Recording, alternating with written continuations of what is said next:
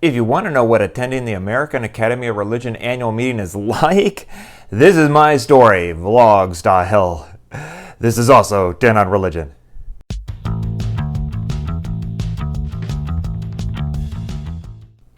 Hey peeps, it's Dr. B with 10 on Religion.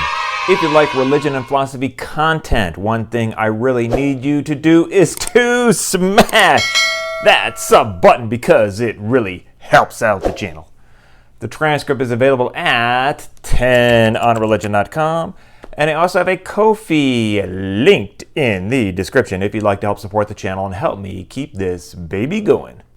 So I went to the 2022 AAR-SBL annual meeting in Denver. The AAR is the American Academy of Religion, and SBL is the Society of Biblical Literature. I've been to most of the annual meetings dating back to my first one in San Diego in 2007. The annual meeting is held in a different city every year the weekend before Thanksgiving, although from 2008 to 2010 the meeting was held in late October or early November, and most folks didn't seem to like that so much, so it went back to the weekend before Thanksgiving. As far as presenting a paper or being part of a panel, for those of you who don't know how this works, you submit a proposal earlier in the year, in February or so, based on the call for papers in a specific subfield. These can be found on the AAR or SBL websites. Presenters get notified in the spring or early summer so they can start planning their trip. I submitted a proposal and was selected to present in the Panakar Symposium, which was also a joint meeting with the Society for Asian and Comparative Philosophy. The Panakar Symposium has been held for many years on the Friday of the meeting weekend, but it was announced that this would likely be the last one held at the AAR annual meeting. So I was excited to be a part of it. It is a group of scholars who focus on the writings of the Spanish Hindu scholar Raiman Panakar, who passed away a little over a decade ago. I woke up on Friday morning at 3:30 a.m., got a ride share to the airport, arrived at 4:25, was through security in 10 minutes, and hung around until my 5:30 flight to Denver. I needed to charge a device and saw a Christmas tree and waited at my gate until I boarded. I think I slept through much of the flight, which was around 1 hour and 40 minutes. My flight arrived at a gate in the newer part of Denver's Terminal 3. Here's my plane after arrival. I started walking down to the train, which shuttles people underground between the three terminals. Here's what the train looks like. I walked to the terminal and went outside to find the train to downtown. I'm now in Colorado. It was around 12 degrees and the cold slapped me pretty hard in the face. There was a snowstorm the night before and now it was very cold. I took a long escalator down to the train terminal, bought a ticket, and hopped on the A train, which runs between the airport and Denver's Union Station downtown. I could now see the snow as the train traveled on the outskirts of Denver into town. The train is a nice, relaxing ride with luggage racks for travelers. We pulled into Union Station, one of the grand old train stations of America. I got off and headed with the crowd inside. My late father used to take me on train trips around the country when I was younger, and I've been inside Denver's Union Station many times. It's been significantly renovated since then and looks great. I then went outside to catch the free 16th Street Mall bus to my hotel. I was staying at the Sheraton and finally arrived around 10:50 a.m. to check in. I took a look around the hotel room for a minute to see where I'd be staying for the next few nights. After putting my luggage in my room and putting on my tie, I first walked a block over to Corner Bakery to grab some lunch. Just what I needed after traveling. I then walked 4 to 5 blocks over to the Colorado Convention Center, which was the main location of the meeting. Some of the sessions were being held at a few of the surrounding hotels as well, which is often the case. The Colorado Convention Center is great with this famous, cool, giant blue bear outside staring inside. All meeting participants were asked to print their name badge at home to save time. Just pick up a badge holder and a lanyard. This year there were also different colored stickers to indicate one's sensitivity to personal space as a result of the COVID pandemic. I left and went back to the Sheraton to check out my first session. The Sheraton had these fire pits outside, which were kind of interesting. I've been interested in the Theology Without Walls group for some time now, so I stopped by their session meeting at 1 o'clock p.m. in the Director's Row, Room E. I hung out there for about an hour and a half and heard several good papers on non-dualism. I then had to leave to get over to the Panakar Symposium. I walked through the cold and snow a few blocks over to the Hyatt Regency across the street from the convention center. While going up the escalator, I saw the dinner location for our group dinner after. I found my way upstairs to Granite Room A. The three main leaders of the Panakar Symposium, Michiko Yusa from Western Washington University, Young Chan Ro from George Mason University, and Peter Fan from Georgetown University, always plan a dinner after the session.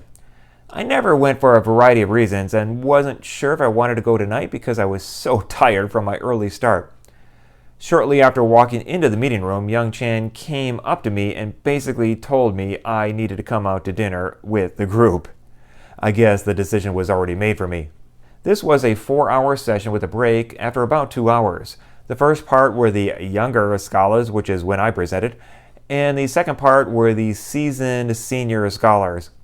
I asked someone to take a picture of me looking like I was saying something important, just to prove I was there. However, Michiko took some pictures of the group as well. My presentation was titled Religious Symbols and Myths in Tillich and Panakar. I was so grateful that a number of the participants came up and told me how much they enjoyed my presentation. It meant a lot to me. The senior scholars included Frank Clooney, whom I've episoded before, an Australian Panakar scholar, Gerald Hall, Peter Fan, Young Chan Ro, and Michiko Yusa. We then went out to dinner at Bubba Gump Shrimp Company across the street. I was not that hungry and am allergic to shellfish, so I just had a Caesar salad. Michiko was retiring, so there was a celebration with a cake. I was glad I went to dinner with the group as I had a great time socializing with these new friends. Next to me is a graduate student named Rita from Brazil who is doing dissertation research on Panakar. Then Hua Young Wang, who studies Confucian feminism. Then Jin Park, who is the current vice president of the AAR. She is the Philosophy and Religion Department chair at American University in Washington, D.C. I met her a few times before and always feel like I have a good conversation. On the left is Andrew Thrasher, who studies a number of things such as post-secularism as well as Panakar. After dinner, I was really tired, so I went back to my hotel and crashed probably around 10 or so. On Saturday morning, I woke up dragging a little bit from my 3:30 a.m. start the previous morning, but eventually got up and got ready and headed a block over to McDonald's for a quick breakfast. For some reason, this was one of the more sketchy McDonald's I had been in, so I just got my food to go and went back up to my hotel room to eat. I then headed over to the Embassy Suites to Aspen Room B for a session on a book by historian Robert Norton on Ernst Troeltsch, Democracy in the First World War. I'm very familiar and conversant in Troeltsch's theology and philosophy, but the focus on the history of his political thought was new to me. I then found the book exhibit hall upstairs. The AARSBL has a huge book exhibit with many publishers providing discounts to scholars for all of the new and recent books in the field. I grabbed a sandwich for lunch and was lucky because shortly after a huge line developed. Yeah. I then headed over to the next session I was interested in on Derrida's interpretation of Marx in Mile High Room 4B. I ended up not being a huge fan of this topic for some reason and left before the last presenter. I wandered around the book exhibit a little bit more before going across the street to the Hyatt and up to Mineral Hall F to attend a session on preparing religion scholars for non-academic careers. It was an interesting conversation. My last session of the day was the best of the day, just down the hallway in Mineral Hall A. It was on the 90th anniversary of Tillich's book, The Socialist Decision. There were some great presentations elaborating on Tillich and socialism, both in his time in Germany and America. After that, my plan was to go get some dinner at Noodles & Company across the street from my hotel, but after entering and waiting a few minutes, those in line were told they weren't taking any more orders for about 30 minutes until they caught up on all the orders they had. A bunch of people left, including me. I walked down the street, found some place called Taco Bell, grabbed some food to go, and headed back to my hotel room. I holed up there, ate my taco, and started to write this script. I then found on TV the old 1979 film, The China Syndrome, which is a great movie about a nuclear plant disaster. After that, I slept. The next morning, I woke up early and wanted to order some breakfast to pick up. I discovered that Corner Bakery was closed on Sunday, so I ordered from a local Denver breakfast chain called The Delectable Egg. I got ready and I went to pick up the order and brought it back to my hotel room. Upon closer inspection, though, I discovered my pancakes were just a little bit overcooked and burnt. I ate all but the last half a pancake because no amount of butter or syrup could save it. Outside my hotel window, I saw there was still snow on the roof below. I then headed over to the convention center. This really is a pretty nice place. The coffee bar was a little busy. I walked down the hall and took the escalator down to find Mile High 4D this time for one of the sessions I was most anticipating this entire weekend.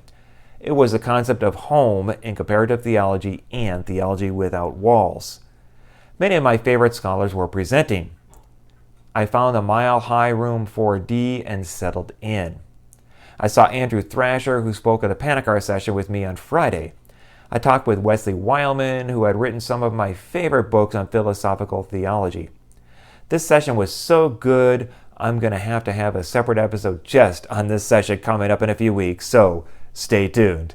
After that session ended, I had a conversation with a new scholar from Villanova University named Stephanie Wong, who was sitting behind me.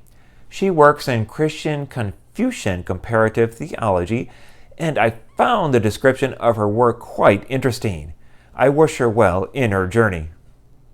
I met Perry Schmidt-Leukel, previously on this channel, talked with Catherine Cornell, also on this channel, and Mark Heim, on whose work my master's thesis was based, as well as Jerry Martin, the person who started the Theology Without Walls initiative, also on this channel. Was that enough self-promotion for you?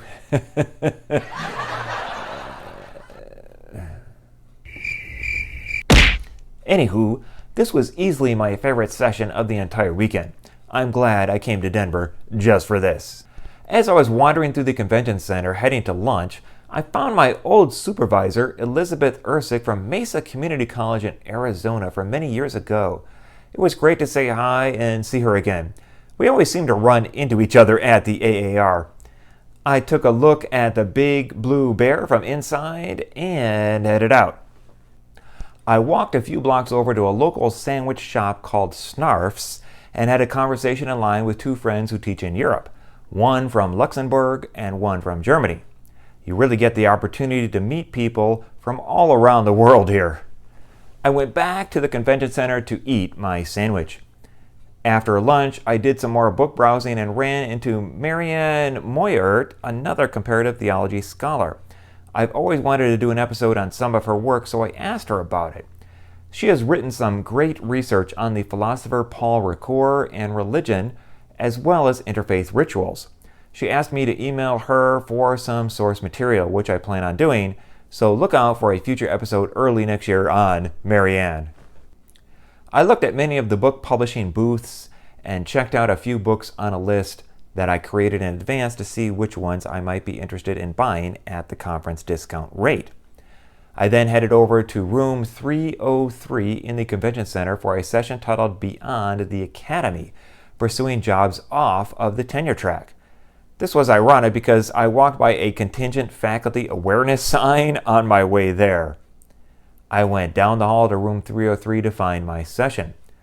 One of the more interesting speakers at this session was Robert P. Jones, who was one of the co-founders of Public Religion Research Institute, a nonprofit organization which conducts public opinion polls on a variety of topics. After the session, I had a good conversation with Mary Seen, not sure if I'm saying her name right, an MDiv student in Florida. My last session of the day was back in Mile High Room 4B. This was in the Religion and Politics unit on Samuel Perry and Philip Gorski's book, The Flag and the Cross, White Christian Nationalism and the Threat to American Democracy. A group of panelists provided some good insight and ideas for improvement on this sociological work. Even though it's not my main area of research, I am interested in politics a little bit, so it was good to get some exposure to current research in the field of religion and politics. My dinner was at the Noodles & Company, which did not have a long line this time like the night before. Back to the hotel for a phone call to my family, the end of a football game on TV, and then sleep. After I woke up in the morning and got ready, I went out and I snapped a photo of the Colorado State Capitol building outside my hotel and went to Corner Bakery for some pancakes. My family likes this place and my pancakes were much better than the ones I had the day before. I finished getting ready and packed up to head out for the day. Since I wasn't coming back to the hotel before the 11 o'clock a.m. checkout time, I had to lug my backpack and suitcase around the entire day. This is a common sight on the last day of the event on Tuesday, but not quite as common on Monday, though I did see a few other troubled travelers like me. When the session schedule came out months ago, I had 2 different sessions I wanted to attend at the morning time slot. Then a session I had originally wanted to attend on Saturday was moved also to this Monday morning time slot, so now I had 3 sessions I wanted to attend but could only choose one. I headed back to the Convention Center room 303. I ended up selecting a session on writing for a popular audience, and I'm glad I did. It was a great session. There were 4 authors who all had written best-selling books: Pete Enns, Randall Balmer, Kate Bowler, and Anthea Butler. I then had a little bit of time to kill before my next session, so I bought 2 books that I had my eye on in the book exhibit and went back over to Snarf's for another sandwich. This time, while waiting in line, I met 2 super nice female scholars who were Old Testament professors at universities in Texas. We noticed strange Star Wars themed art on the wall. I grabbed my sandwich and went over to the Hyatt Regency and found a perch near a TV to watch part of the U.S. men's national soccer team in their World Cup game against Wales. I ended up finishing my lunch and leaving just before they scored their goal. I went up the escalator to the meeting room area for a discussion on what can religion departments do to support more diverse careers. Around the same time, there was another session on the SBL side with one of my favorite Hebrew scholars, Israel Finkelstein. His books are great, but it was back over at the convention center across the street, and I really didn't want to lug my stuff back over there. I then went over to the Embassy Suites, initially getting a bit disoriented and walking the wrong way down a city block, but I eventually found the hotel. I took the elevator upstairs and found Anna Soon to introduce myself. She's a Confucian scholar who loved the video I did on her book, Is Confucianism a World Religion, a while back. Standing next to her was Philip Gorski, whom I saw speak the day before. We chatted for a few minutes, and I headed down the hall to room Aspen A. The session I wanted to attend for my last event this year was titled Teaching Angry Christians. It had Mark Clatterbuck, a dude I had worked with over 25 years ago in a book warehouse while we were both in graduate school. We've had different journeys in academia, but it was great to hear him speak. After the session, I chatted with him and his wife along with a few other folks for probably half an hour. I now had quite a bit of time to kill before going to the airport. I started walking down the main pedestrian street, the 16th Street Mall, searching for a place to grab some food. I wasn't too hungry and didn't want to spend a lot of money. Several places that looked promising were already closed for the evening. I ended up walking all the way back to Denver Union Station. I found a burger bar place right next door and ate a rather good tasting burger. I bought my ticket and hopped on the train back to the airport. I intentionally wanted to get to the airport a little early because when I arrived in Denver back on Friday, I saw a huge line to go through security. When I walked inside the terminal, however, the line was very short. I was a little surprised since this was Thanksgiving week. I guess most folks who were flying weren't doing it until Tuesday or Wednesday. I breezed through security and got onto the terminal train. I got off at Terminal C and headed up the escalators to the terminal. You can see the train station below. I wandered down the terminal to find a table with seating so I could type some more of this script. The flight back home was rather uneventful. Walked off the plane, took the escalator down, and walked outside to wait for my ride home. And that's how a trip to the AAR annual meeting works, at least for me. Bruh. This was quite a different production than I normally do, so let me know in the comments what you think. Also, take a look at some of the video episodes that I've done and see if anything interests you. There's a lot of good stuff there. Until next time, stay curious. If you enjoyed this, support the channel in the link below. Please like and share this video and subscribe to this channel. This is 10 on Religion.